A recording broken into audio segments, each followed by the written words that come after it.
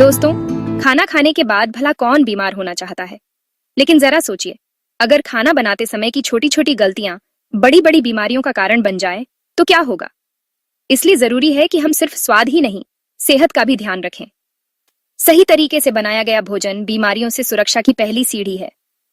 इसलिए दोस्तों, आज मैं आपके साथ किचन में की जाने वाली 7 ऐसी कॉमन लेकिन खतरनाक गलतियों के बारे में बात करने वाली हूँ, जो धीरे धीरे हमारी हेल्थ को नुकसान पहुंचाती हैं। जी हाँ दोस्तों, ये वही छोटी छोटी बातें हैं जो अक्सर हम नजरअंदाज कर देते हैं, लेकिन यकीन मानिए, इनका असर हमारी सेहत पर बहुत पड़ता है। दोस्तों, हम ये गलतियां रोजाना करते हैं, लेकिन ध्यान नहीं देते। अगर आप चाहते हैं कि आपकी कुकिंग हेल्दी हो और बीमारियों से बचाव हो, तो इस वीडियो को आखिर तक जरूर देखिए।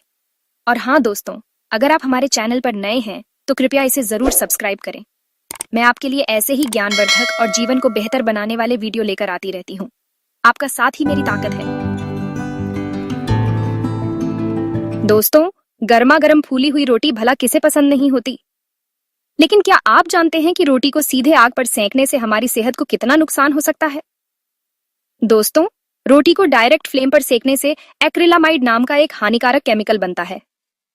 जी हाँ दोस्तों, ये एक्रिलामाइड कैंसर जैसी गंभीर बीमारी का खतरा बढ़ा सकता है। और सिर्फ यही नहीं, इस तरह से रोटी बाहर से तो सिक जाती है, लेकिन अंदर से कच्ची रह जाती है, जिससे हमें डाइजेशन की प्रॉब्लम भी हो सकती है। अब सवाल ये है कि फिर रोटी सेंके कैसे? देखिए दोस्तों, रोटी को हमेशा तवे पर ही अच्छे से पकाएं। धीमी आंच पर पकाएं और कपड़े से दबाकर फुलाएं।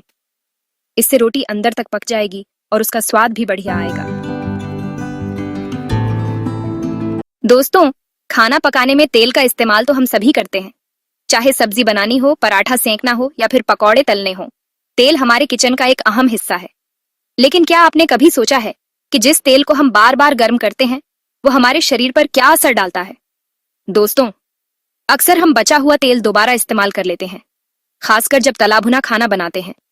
लेकिन दोस्तों, क्या आप जानते हैं कि तेल को बार बार गर्म करने से उसमें क्या होता है? हर बार जब तेल को गर्म किया जाता है, तो उसकी केमिकल संरचना बदलने लगती है। तेल को बार बार गर्म करने से उसमें ट्रांस फैट्स और फ्री रेडिकल्स बनने लगते हैं। ये ट्रांस फैट्स और फ्री रेडिकल्स दिखने में तो नजर नहीं आते, लेकिन ये हमारे शरीर के लिए बेहद नुकसानदायक होते हैं। तेल का रंग गहरा हो जाता है, उसमें झाग या झिल्ली सी बनने लगती है और उसकी खुशबू भी बदल जाती है। ये सब संकेत हैं कि तेल अब सुरक्षित नहीं रहा। ये ट्रांस फैट्स हमारे दिल के लिए बहुत हानिकारक होते हैं। जब हम ऐसे तेल में बना खाना खाते हैं, तो ये ट्रांस फैट्स हमारे शरीर में कोलेस्ट्रॉल बढ़ा सकते हैं, जिससे ब्लड वेसल्स में ब्लॉकेज बनने का खतरा बढ़ जाता है। इनकी वजह से हार्ट अटैक और स्ट्रोक जैसी बीमारियां भी बढ़ती जा रही हैं। रिसर्च के मुताबिक बार बार गर्म किए गए तेल में बने खाने का नियमित सेवन करने से दिल की बीमारियों का खतरा कई गुना बढ़ जाता है। खासकर बुजुर्गों और हाई ब्लड प्रेशर के मरीजों के लिए यह और भी खतरनाक है। इसके अलावा फ्री रेडिकल्स हमारे शरीर में कैंसर जैसी गंभीर बीमारियों का खतरा भी बढ़ा सकते हैं।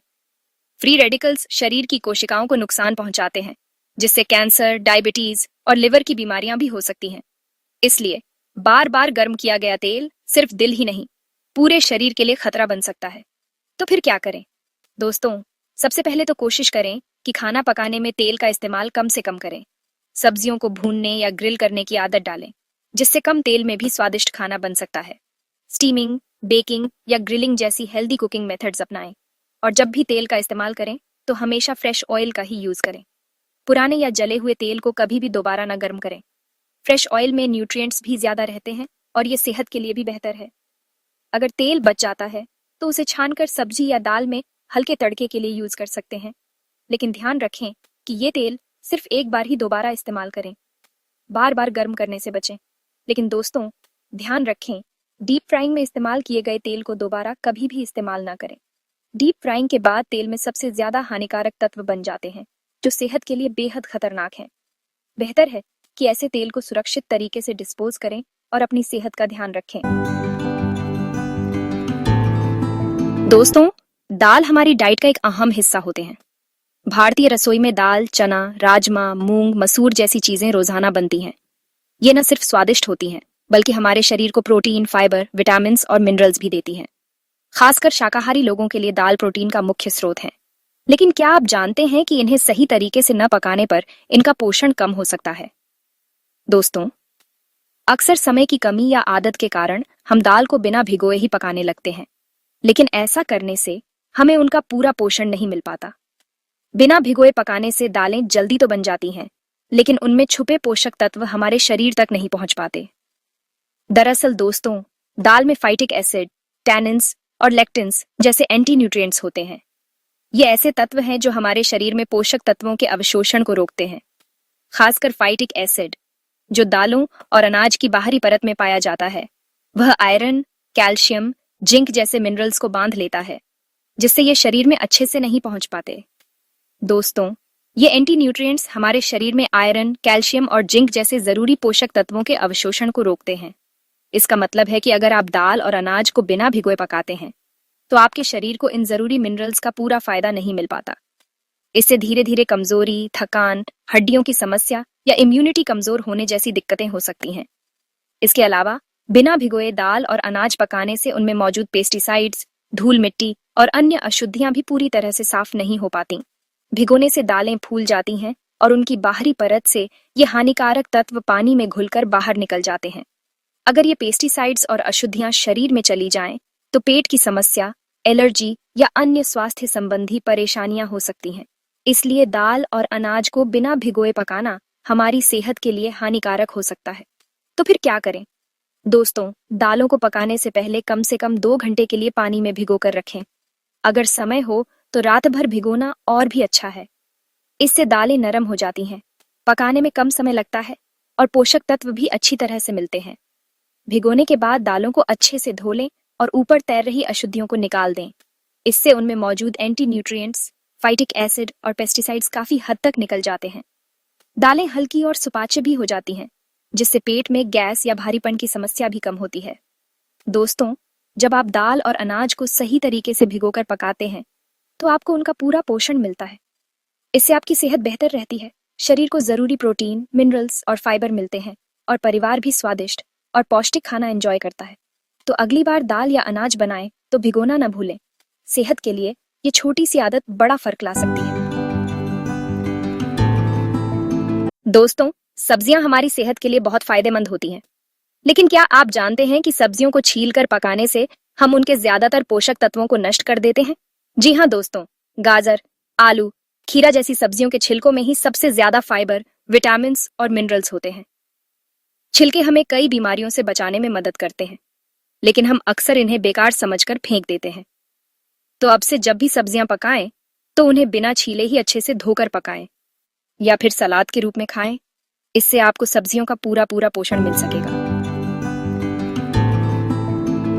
दोस्तों, खाने के बाद 1 कप गर्मा गर्म चाय पीने का मन तो सभी का करता है, लेकिन क्या आप जानते हैं कि खाने के तुरंत बाद चाय पीना हमारी सेहत के लिए हानिकारक हो सकता है?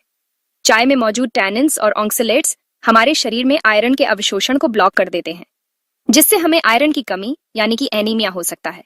एनीमिया की वजह से हमें थकान, कमजोरी, सांस फूलना और चक्कर आना जैसी समस्याएं हो सकती हैं। इसलिए बेहतर होगा कि खाना और चाय के बीच कम से कम 30 से 60 मिनट का गैप जरूर रखें। इससे आप आयरन की कमी से बचे रहेंगे और स्वस्थ रहेंगे। दोस्तों, नमक खाने का स्वाद तो बढ़ाता है, लेकिन क्या आप जानते हैं कि ज्यादा नमक हमारे लिए धीमा जहर है?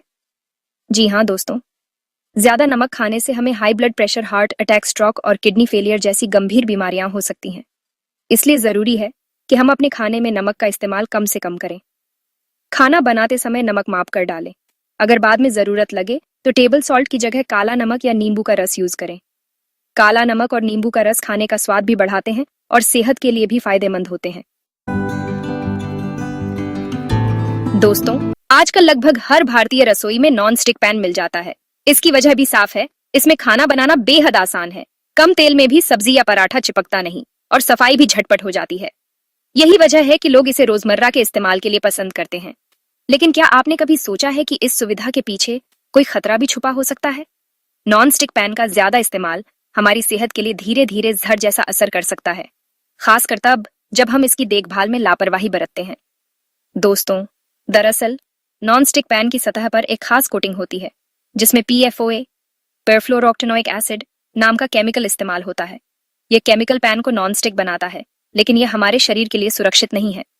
जब हम नॉन स्टिक पैन को बहुत ज्यादा गर्म कर देते हैं या उसकी कोटिंग में खरोंच आ जाती है, तो यह हानिकारक केमिकल धीरे धीरे हमारे खाने में मिल सकता है।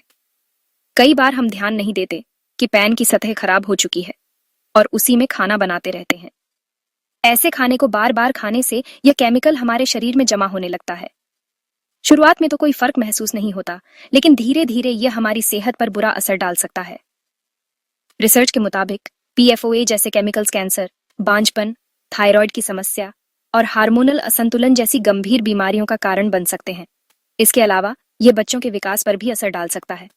इम्यून सिस्टम कमजोर होना, बार बार बीमार पड़ना या थकान महसूस होना, ये सब संकेत हो सकते हैं कि आपके शरीर में हानिकारक केमिकल्स जमा हो रहे हैं। तो क्या करें? सबसे अच्छा तरीका है कि नॉन स्टिक पैन की जगह स्टेनलेस स्टील, कास्ट आयरन या तांबे के बर्तनों का इस्तेमाल करें। ये बर्तन न सिर्फ सुरक्षित हैं, बल्कि इनमें बना खाना भी सेहतमंद रहता है। मिट्टी के बर्तन भी एक बेहतरीन विकल्प हैं। इनमें खाना बनाने से स्वाद और पोषण दोनों बढ़ जाते हैं और कोई हानिकारक केमिकल भी नहीं घुलता। दोस्तों, अगर आपको नॉन स्टिक पैन का ही इस्तेमाल करना है तो कुछ बातों का खास ध्यान रखें। पैन को कभी भी खाली या बहुत तेज आंच पर न रखें। हमेशा मध्यम या धीमी आंच पर ही खाना पकाएं। हर बार इस्तेमाल से पहले पैन की सतह को ध्यान से देखें। अगर कोटिंग में खरोंच या छिलन दिखे तो तुरंत पैन बदल दें। लकड़ी या सिलिकॉन के चम्मच का इस्तेमाल करें ताकि कोटिंग सुरक्षित रहे। याद रखें, थोड़ी सी सावधानी से आप अपने परिवार को बड़ी बीमारियों से बचा सकते हैं। सेहतमंद खाना सिर्फ अच्छे इंग्रेडिएंट्स से नहीं, बल्कि सही बर्तनों से भी बनता है। तो दोस्तों, अब आपने जान ली 7 ऐसी कुकिंग मिस्टेक्स जो दिखने में मामूली लगती हैं, लेकिन आपकी हेल्थ पर बड़ा असर डालती हैं। याद रखिए, सेहत हमारे हाथ में है और सेहतमंद रहने के लिए जरूरी है कि हम अपनी रसोई से ही शुरुआत करें। इन छोटी छोटी बातों को अपनाकर आप अपनी फैमिली को हेल्दी और हैप्पी रख सकते हैं। अगर वीडियो पसंद आया हो तो लाइक जरूर करें, चैनल को सब्सक्राइब करें और कमेंट में बताएं इनमें से कौन सी मिस्टेक आप आज से छोड़ने वाले हैं। मिलते हैं अगले हेल्दी वीडियो में। तब तक मुस्कुराइए, सीखते रहिए और हेल्दी रहिए।